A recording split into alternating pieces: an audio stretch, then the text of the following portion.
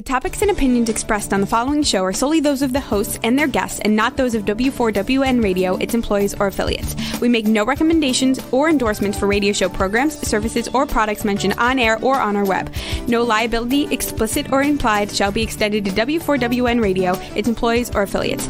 Any questions or comments should be directed to those show hosts. Thank you for choosing W4WN Radio. This is Beyond Confidence with your host, Divya Parekh. Do you want to live a more fulfilling life? Do you want to live your legacy and achieve your personal, professional, and financial goals? Well, coming up on Divya Parekh's Beyond Confidence, you will hear real stories of leaders, entrepreneurs, and achievers who have stepped into discomfort, shattered their status quo, and are living the life they want. You will learn how relationships are the key to achieving your aspirations and financial goals. Moving your career or business forward does not have to happen at the expense of your personal or family life, or vice versa. Learn more at www.divyaparekh.com, and you can connect with Divya at contact@divyaparekh.com. This is Beyond Confidence, and now here's your host, Divya Parekh.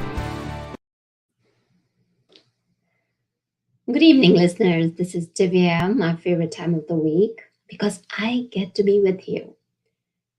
And for those of you who have got my books, I really thank you. A lot of people have reached out and shared that you have received a lot of value from my books, Expert to Influencer and The Entrepreneur's Garden, as well as I want to thank you because the profits from the books are going to entrepreneurs impacted by COVID-19. And as you'll recall, I'm going to request each and every one of you to go out there and share 1 hour without any expectations, without any strings attached. Just go and give that 1 hour every month to somebody else where you can help someone.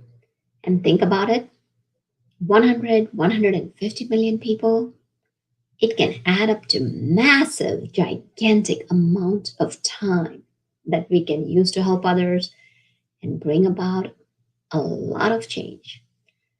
So today, we are going to have a conversation on one of the tough topics, negotiation. And we use negotiation either in our personal lives or as we are working in the workplace or as an entrepreneur. We use negotiation day in and day out. So welcome, Cindy, and welcome, Paul. Hi there. Thanks for having us, Divya. It's great to be here. Yeah, I've been really looking forward to this. Well, it's a pleasure to have you both. So Cindy, can you share a little bit about yourself? Sure. I've been an attorney for 30 years, and I am the founder of Women on Purpose and the creator of the Art of Feminine Negotiation Programs, or Persuasion, as I like to call it. When I had my epiphany that everything we thought we knew about negotiation is wrong. So I'm a Canadian, born in sort of a low rental apartment, and very driven to succeed. And I'm so thrilled to be here. Awesome to have you. How about you, Paul? I consult and speak internationally, and I have helped, I think, thousands of business leaders and professionals deal with one particular problem. And the problem is that you can say it, but that doesn't mean that anybody will hear it, or if they hear it, that they'll remember it, or if they hear it and remember it, that they'll actually act on it. So I work in the area of high stakes communications, and my latest book is called You've Got 8 Seconds, Communication Secrets for a Distracted World. And here's what's really depressing. 8 seconds is the new attention span. And goldfish have a 9-second attention span. So goldfish are beating us. Yeah, and that's the results of social media and our busy world. So it's more so than ever important that we pay attention to mindfulness, being present in the moment, not just living a staged life. Because so many times what happens is, oh, I gotta take my selfie. I gotta appear this way. I gotta do that. And don't get me wrong, folks, even before the era of social media, there used to be staged, but not so much. Yeah. So it's very critical. Let's start out, Paul, with you. When you were a child, do you recall any moments from those childhood that have left an impact on you? Oh, well, yeah, certainly there are hundreds of those moments, but I'll tell you one in particular, and it was when I was about 20 years old. I was shy growing up, and I was very slow to date. I didn't date anybody in high school. And I remember finally getting up the courage to ask a woman out. It was the summer after freshman year at college. And we happened to be taking a class together that summer. Anyway, I asked her out for ice cream. And we go to this ice cream shop, and I order a milkshake. I live in Boston, they call it a frap sometimes, but it's basically milkshake. And I remember being so nervous, I realized I was going to be unable to pick up the milkshake. And finally, luckily, she excused herself to use the restroom. I don't think she was gone more than like 3 minutes. But in those 3 minutes, I downed the entire milkshake. Oh, So I that's learned funny. something important. That was an interesting moment because I learned something important about nervousness and confidence.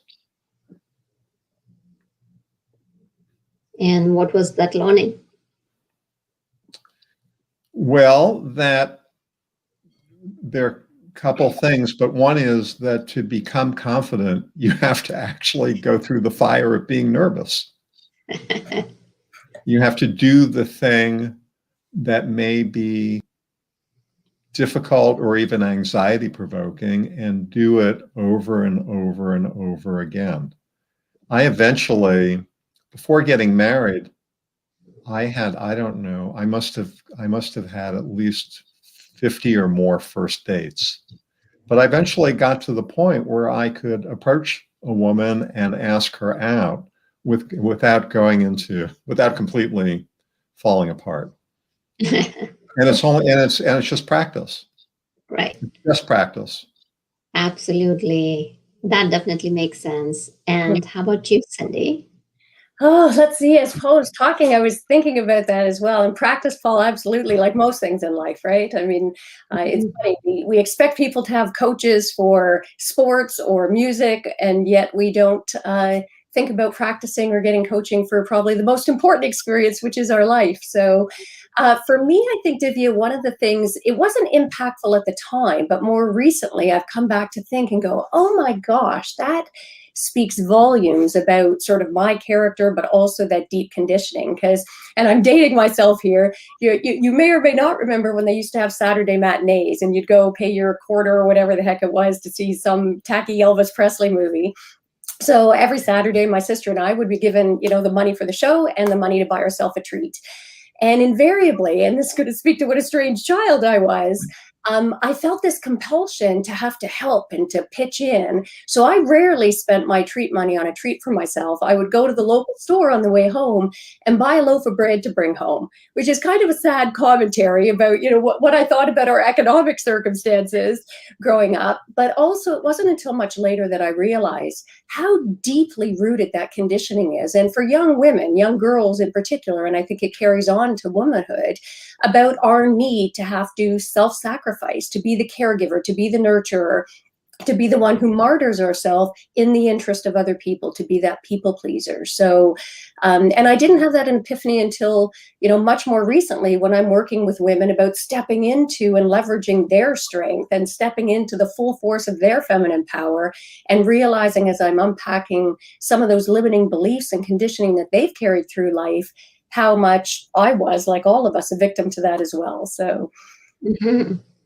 Now, this is going to be powerful because think about it. When we're negotiating, it's not about gender or it's not about who is sitting across the table. It's about two different parties, and what can we bring to the table as far as negotiation is concerned from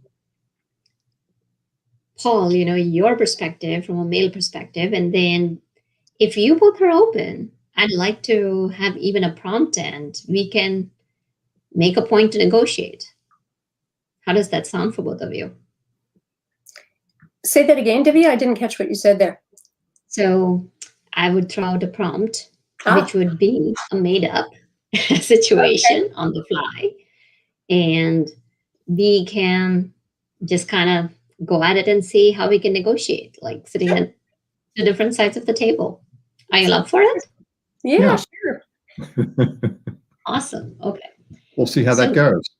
Well, absolutely. we could negotiate. I think, Cindy, we could negotiate this, but I'm game. Yeah, absolutely. And I think it's such an important skill because all of life is a negotiation, whether we're negotiating with our intimate partner about what movie to watch or multi-million-dollar deals. And, for so long, we've been led to believe it's all about the competition, when in fact, the opposite is true. So. Mm-hmm. Well, thank you, folks. I am glad that you're up for it. So let's get a little bit more peek into your personal lives. So Cindy, if you can kind of tell us from the time you were bringing a loaf of bread home, how did your journey traverse? And how did you grow up into, you can call in your 20s, 30s, And we're not going to go by the decade. So that don't worry. I'm not going to we'd be here all night. Yep. Okay, so I'd say the abbreviated version. I mean, I grew up, they talk about being on the wrong side of the tracks or the other side of the tracks. For me growing up, we were on the other side of the creek. I grew up in a low rental apartment. My dad worked in a factory. And I think a lot of my sense of, the reason one of the key reasons I became a social justice attorney was that desire. I remember my dad at our little kitchen table always saying everybody deserves to be treated with dignity and respect. And that's something that I held so deeply at my core. I remember my dad always saying, I don't care if it's a janitor or a brain surgeon, neither of them can do the job without the other. So it's important to just be proud and bring 100% all the time. And that really stuck with me. And I do remember when I had to switch to a middle school for grades 7 and 8. And, as much as I grew up in a tough neighborhood, you don't think of it as that as a kid. It's just home, right? But when I switched schools in grade 7 and 8, all of a sudden, some of those new friends I was meeting from the other side of the creek weren't allowed to come home and play at my place because of where I lived. And I really never made the connection, Divya, until I saw the look on my dad's face that somehow, his station in life would hold us back. And I think that was a really pivotal moment for me when I said in the intro about being driven.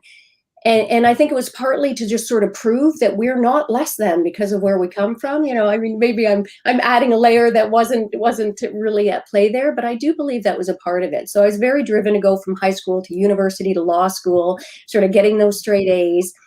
But always knew that I wanted to make a difference and have an impact. It wasn't about the money for me. It was about making positive change in the world. So I practiced social justice for 30 years. But I also had this switch because I remember in law school taking a negotiation course where we were basically negotiating for our marks, which I probably wouldn't have taken the course if I'd known that, because you had to negotiate against your classmates, and whoever got the highest negotiated settlement got the highest mark. And I won virtually every one of those simulated exercises that year. And I'm not saying that to brag, but because it wasn't until years later when I started the practice of law, a fresh 20-something out of school in a male-dominated niche representing a lot of trade unions. So I was almost always the only woman in the room for a very long time. And feeling like, oh my gosh, to have my voice heard, I have to really bring it. I have to bring toughness. I have to be seen to be tough. And my clients called me the Barracuda, which they meant as a compliment. And I am embarrassed now to say I wore like a badge of honor for a long time. But there is a high cost that comes from negotiating from that place. And that's when I had my epiphany, because it starts to affect your professional relationships, your personal relationships, and ultimately your sense of self. And that was the driving force for me to realize that it was actually the strength of feminine traits. And when I use that term, it's not gender-based. Men and women, we all have masculine and feminine energy. And for too long, we've defined success based on that traditional competitive model, when in fact, the better results come from bringing those feminine traits to the fore. So that's my mission. No, absolutely. Oh, some powerful thoughts there. Paul? Yeah. So, sorry, can you give me the Yes, prompt again? basically how your journey traversed from the time that you had shared about this naive young gentleman Yeah. going to taking a date to an ice cream shop, and how did your career evolve? Well, I'll actually go back a earlier year, senior year in high school. We had, if you wanted, we had the opportunity to teach a class. And I had this English teacher, Mr. Wolf, who he was my favorite teacher. And I just had this special relationship with him. And so I signed up to teach his class to fellow 12th graders. And it was an hour-long class. And I still remember we were doing a novel. I can't remember the name of the novel, but oddly, I remember the subtitle of the novel was The Story of a Man with Character. It was a Thomas Hardy novel. And the subtitle was The Story of a Man with Character. And so there I was up in front of this room of peers. And it was probably the best hour of high school for me. And there's another girl involved in this. There was a girl that I had this crush on ever since like third grade. And at the end of the class, a number of these kids came over, just stood by the desk to just say basically congratulations, including this girl that I had the crush on. Her interest apparently wasn't deep enough to keep her in line, so we never actually exchanged words. But at the end of that, after everybody left, I sat down with Mr. Wolf, and he said he was just full of praise and said, "You're really a natural teacher." And so I have been consulting and speaking for some 30 plus years, and also writing books. But that's kind of the anchor. I think of everything I do as teaching, as being a teacher. And of course, part of being a teacher is being a perpetual student, right? Because the best teachers are constantly the ones, Socrates went around Athens, Greece, telling everybody he knew nothing. And that was that was kind of his opening line, I know nothing. But he was an excellent teacher because he knew how to engage other people in dialogue, which has always been a style that I admire.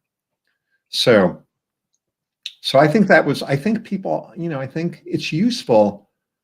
It's really useful. The questions that you're asking, Divya, are really good because it's useful to kind of think about some pivotal moments. I work with a lot of people, and I've done this as an experiment. If you ask people, tell me your 2 or 3 biggest weaknesses, or write down your 2 or 3 biggest weaknesses. I won't ask you what they are, but no one has any trouble identifying their 2 or 3 biggest weaknesses. They don't necessarily want to say them in public, and I never ask people to do that. But then if you flip it and you say, okay, now write down 2 or 3 of your biggest strengths, almost everybody struggles. So people have these strengths that are invisible, and by thinking through some important childhood memories, sometimes it provides clues as to what those might be.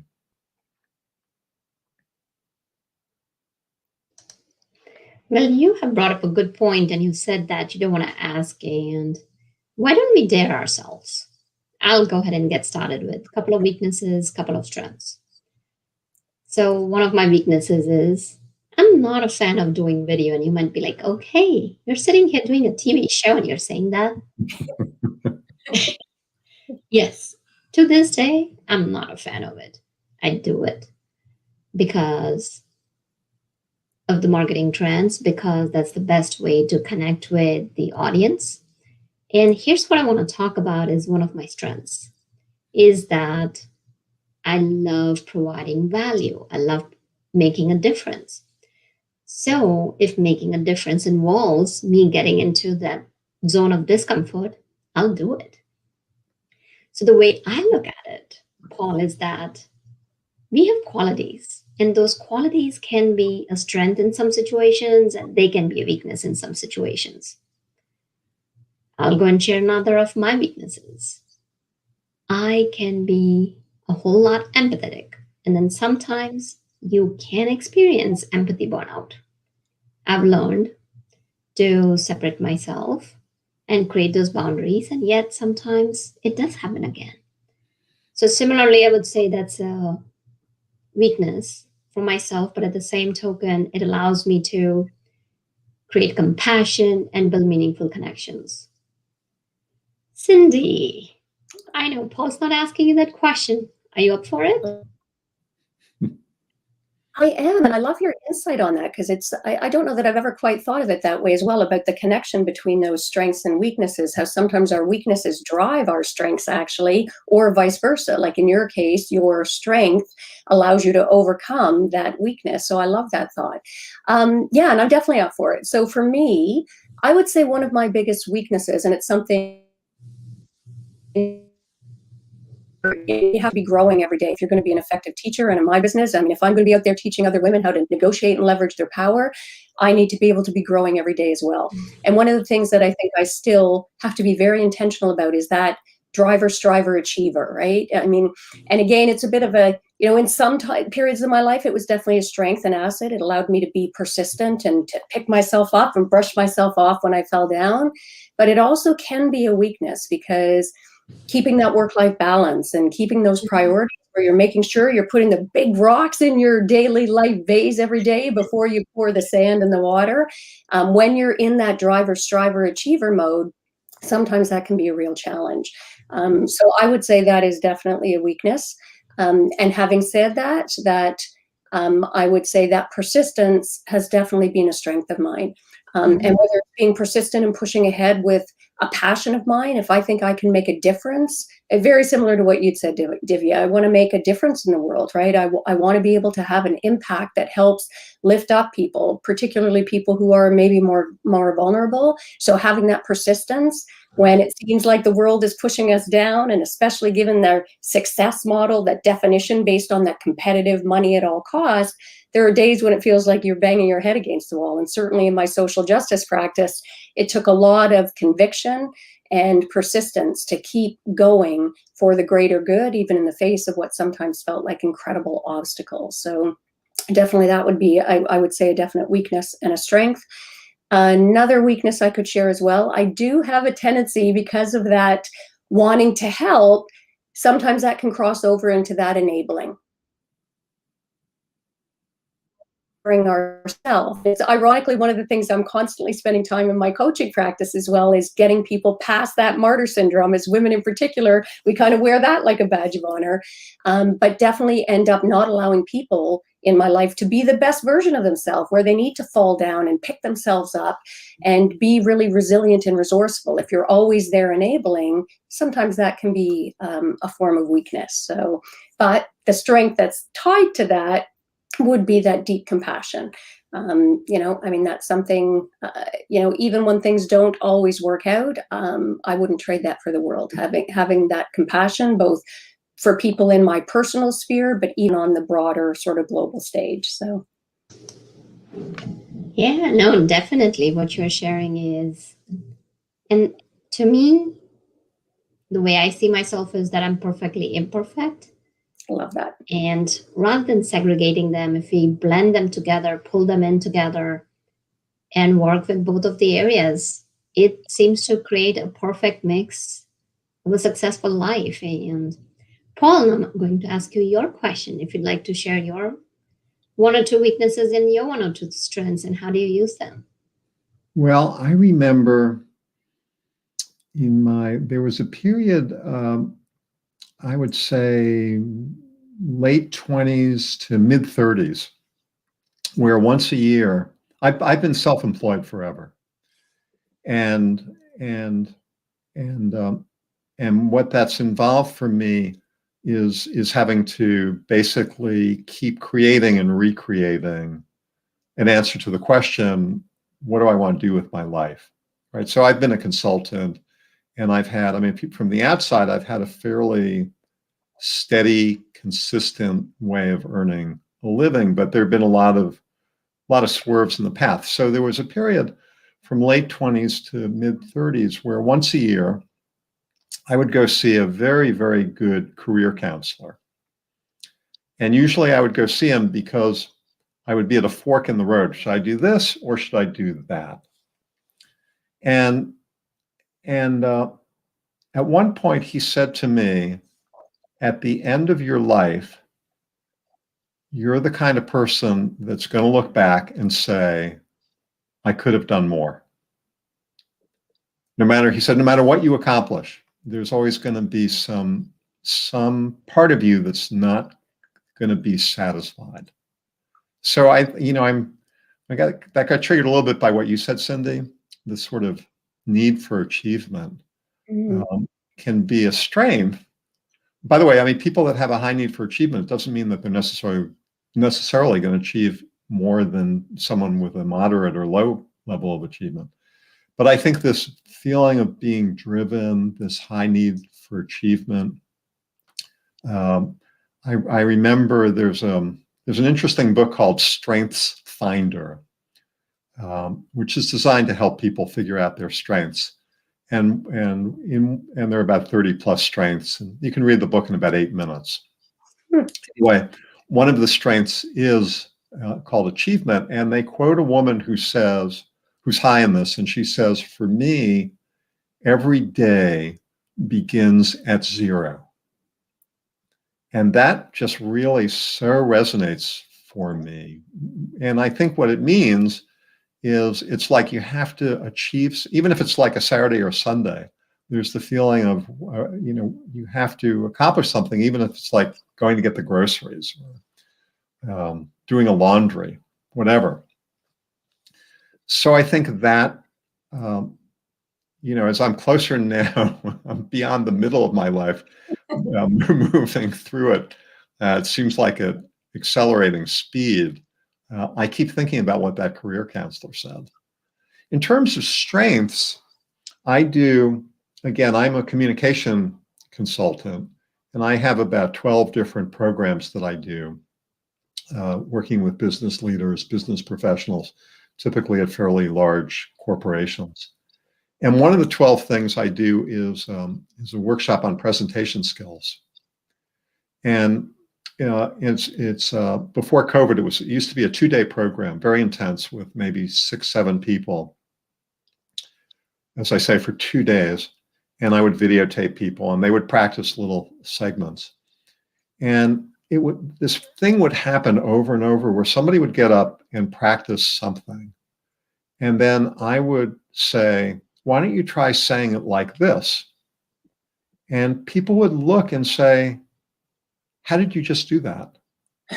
Like, how are you able to say my thing better than I'm able to say it? I don't get how you did that. And I would, the first few times I heard that, I thought, that's no big deal. It's nothing. That's nothing. I'm not doing anything. And then I heard it enough times that I began to realize the thing about strengths for anybody that I was trying to point to earlier, which is the thing that you're often really strong in is almost and maybe completely invisible to you. Other people can see it, but you can't. And the reason you can't is because you were almost, not exactly, but almost born into the world with it. So it's always just been part of who you are. And so for you, it feels like, well, that's nothing special. That's just everybody can do this. It's no big deal. So I think it's a really valuable thing for people, one way or another, to try to spend some time and go beyond weaknesses. Yeah, it's important to know what your weaknesses are, because those things can derail you. But the thing about weaknesses are, they'll never become strengths, really. I think you can neutralize them. You can neutralize them so that they don't derail you. But like, for example, if you came into my office, you'd go, my God, this is a mess. This is just a complete mess. And it's a weakness. I hate filing things. So, I can go for a pretty long time, and then I'll realize I can't find anything in this office, and I'll straighten it out. And then eventually it'll go back to being a mess again. Right. And I'm just never, that's organizing my office will never be a strength. I can neutralize it, but it will never be a strength. So it's really important for people to, I think, to identify, and it's not, doesn't need to be a long list, just 2 or 3 things. I always tell people, if you were in a room with 9 other people, there are 10 of you in the room, what is something that you can do either easier or faster or just better than 7 of those people? Mm-hmm. You don't have to be the best person. Yeah, no, definitely. Good points there. Yeah. So, but what would that be? And that's the thing that, we could call your strength or your magic trick or your superpower. mm-hmm. What is that? Absolutely. Well, Cindy and Paul, thank you for playing along and sharing what you consider as your weaknesses and strengths. So now we are going to get in the nitty-gritty of negotiations. I'm going to invite both of you to share very quick stories where not the results, but situation where you helped negotiation happen. Just a situation. And then, depending on the time, like how much time is left, we will tackle both of those situations.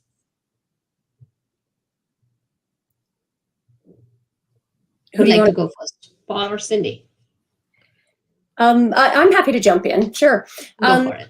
Yeah, absolutely. And just touching back on the strengths thing, I think that's that was an interesting conversation, David. I'm glad we went off in that direction. I think it's such a powerful, and I always encourage my clients to keep what I call a brag list as well. I think it is so important. And I make them write down, what are 25 things you love about yourself that you can be proud of, and then have them create this list and keep adding to it every day and reading it before you go to bed at night to remind yourself about those things that you have as strength. So for negotiation, I would say, one, it's interesting. It goes back to the idea about not being too attached to any one result, right? And it's one of the, what I call the deadly sin. Attachment is one of the 7 deadly sins of negotiation, because often we get that tunnel vision, right? When we're so attached to a particular outcome that we're not open to seeing other creative solutions on the table. And especially because I believe in bringing that rapport and empathy to the table as well.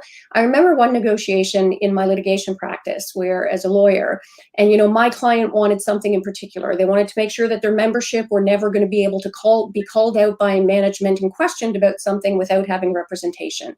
And management was equally adamant that they had to have the ability to be able to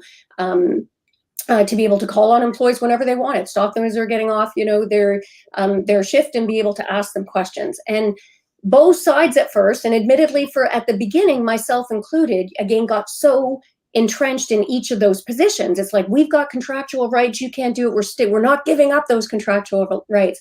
And all of a sudden, I just took a pause and took a step back and said, Cindy, practice what you preach here. Bring that rapport building, bring that empathy, truly put yourself in the shoes of the other party. What is it that's driving them right now? What's their deep why?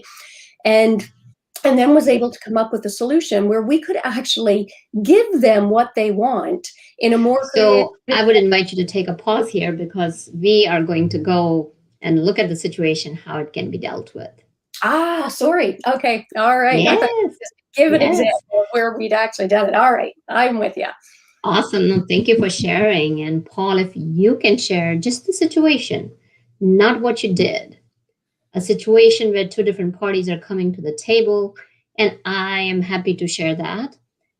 I'd love for y'all to share. Yeah. So Cindy, you have shared, and Paul, how about you? One of the cases Well, where I mentioned that I've written a couple of books, and the last book is called You've Got 8 Seconds. That's a book about communication secrets, not a book about negotiation. That was the 3rd of 3 books that I've done. The first book. Why don't we focus on the situation? I'm about to. So the first book cool. was a book about job interviewing. And that was a book which is now out of print, called Ready, Aim, You're Hired. And it was meant for interviewees. So I actually had a whole chapter, and I don't do this much anymore, but I used to work with people who had been fired or who had been laid off on strategies for getting their next job, including how to negotiate a salary. And so I think that is often, for many people, one of the most stressful negotiations, because you really want the job, you really want to be paid fairly for the job, but sometimes those two things feel like they're in conflict. Like if I press too hard for the money, I'm going to lose the job. So I can share with you either now or later the most interesting experience I had looking for a job and negotiating a salary. But So the what do principles you do? apply also to buying and selling anything, buying and selling Right. a house, buying and selling a car. There are just certain, and I'm sure Cindy, you're well versed in these. There are just certain very savvy negotiation principles that aren't necessarily complicated, but they're very helpful. Mhm. And many people don't know what they are. All right. I'm happy to be the guinea pig here. So let's say I am somebody who's been laid off, and of course, the mindset is not at the best. And now I'm looking for a job, and I need to have a good salary because I'm supporting a family. So and here's folks, Cindy and Paul, I'm just going to kind of let you all jump in and just kind of think I'm your client, both of yours. How will we get started? Well, the first thing I would tell you Mhm. is that negotiation starts before the face-to-face, before COVID, before the face-to-face encounter. That to be a really good negotiator, to also be a really good communicator, you have to be well prepared. And so if you're negotiating salary, part of your preparation is to get some really good data on what companies are paying for the types of positions that you might be applying for. That's the first step, to understand what the range is that you should be targeting. Mhm. And then another part of preparation is thinking through and rehearsing, whether it's with another person or with yourself, how you'll handle certain difficult questions around salary. That's a really important thing that I tell people around communication. If you're giving a presentation, yeah, you need to know the presentation, and there are certain ways that I help people with that. But you also need to be as prepared for. I always tell people, and this is true whether it's a presentation or negotiation or probably 6 other things. Think of 6 most likely questions and how you'd answer them. And then think of the 6 nightmare questions, which might never come up, but would really rattle you if they did, and how you'd answer those too. So that's the way I would start. Okay. That's fantastic. How about you, Cindy? Well, I would sit you down and say, okay, you know what, Divya, the first and most important negotiation that you're ever going to have in your life is a negotiation with yourself, negotiating your mindset. So when you're coming now, I recognize it's probably a challenging time for you when you're laid off. There's probably a little bit of fear there. So I'm going to want to talk to you about that as well. But I really want you to be open to negotiating your mindset, because one of the most important things for you now going into this new job search and looking for getting a new position and getting that salary you deserve is really going to be owning your worth and value. And then, Divya, I would take you through sort of some exercises to have you recognize your worth, all of the things that you've achieved, any and all of the commendations you received, all of those strengths that you bring to bear, both the tangible and the intangible, and have you really go through that so you start to really feel and recognize your worth at your core, right? I think that's one of those really important. And I mentioned about fears as well, because we all come with, whether it's fear of failure, fear of rejection, fear of being judged, but also the oft ignored sister to fear of failure is fear of success. So often, especially from some of that deep conditioning, and again, for women in particular, it's not that long ago we couldn't hold property or have the right to vote. So there's a lot of sort of deeply limiting beliefs there. So recognize those fears and recognize, is there some part of you maybe that's afraid of stepping up into the fullness of these positions, maybe how it's going to change your family life. So really get a handle on owning your value, really get a handle on some of the fears that are driving you. I agree with Paul completely about do your homework and get all of the data, but also a big part of that preparation process, I'd really be encouraging you, Divya, as well, to think, okay, what are the skill set that you already have, where you can show examples where you've engaged in skills that are going to help this new company where you want to go in a very practical, concrete way, whether it's sales numbers or but also the intangibles. So, were you a leader within the workplace? Were you a morale booster within the workplace? And also the skill set that you have since that contribution. But also, I'd really sit you down and say, Divya, I want you to really think about, for this particular job, what they want from you. What are the things that they and give them some snippets of ideas. Think prospectively. What are some creative outside the box things that you can propose, saying, here are some ideas I had, really excited about this prospect and this possibility. And here are some ideas that I would love to be able, that I think I can bring to the table for you, to give them a vision of you in action. So those are the first tips.